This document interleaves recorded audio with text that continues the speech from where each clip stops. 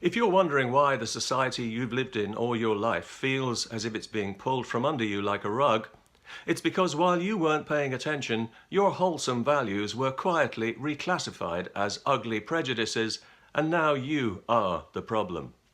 You believe in free speech? No, you believe in hate speech, and now you're a criminal.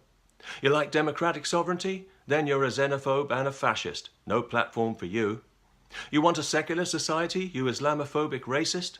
You're spreading hate, and you better be using the right pronoun too, if you don't want to be excluded for the sake of inclusion.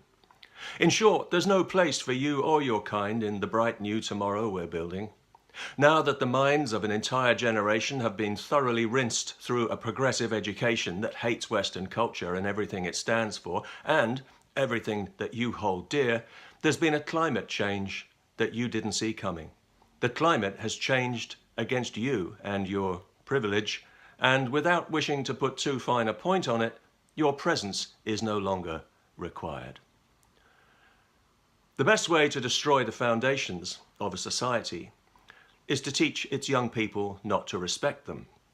And a whole generation has now been successfully taught not to value free speech, the very cornerstone of our civilization, but to hold it in contempt and to fear it, to run from it, to seek refuge from ideas in emotional safe spaces, and to believe that hurting somebody's feelings is a form of assault on a par with cracking their skull. This tyranny of feelings has been carefully nurtured to breed this infantile generation of emotional casualties, victims and crybabies, this generation of moral and political half-wits who can't wait to sign the next petition to shut somebody up or shut somebody down, never thinking for a moment that it could ever happen to them. A generation so placidly happy to saw off the branch they're sitting on, it's almost as if they've been programmed in some way. So if you think that you've got the truth on your side, you don't know what you're up against. The truth is incorrect and therefore inadmissible.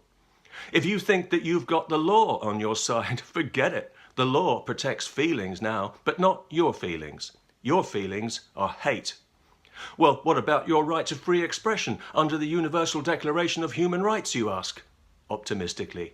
Nice try, but we both know that in the real world, human rights don't apply to the wrong opinions. Are you crazy?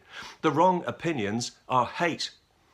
You need to understand that when breeding the perfect captive society of self-policing petty censors, you can't afford to let somebody just come along and undermine it with a rational argument.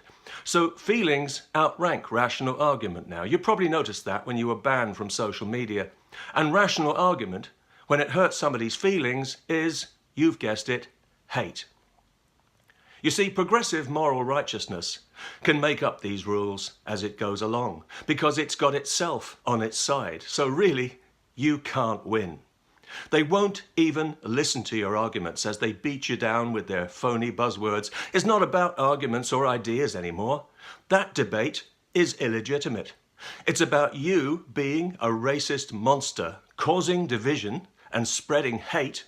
And it's about dangerous fascist throwbacks like you being aggressively purged from our society like a cancer. Just so you know what you're dealing with here, welcome to Progressive Utopia.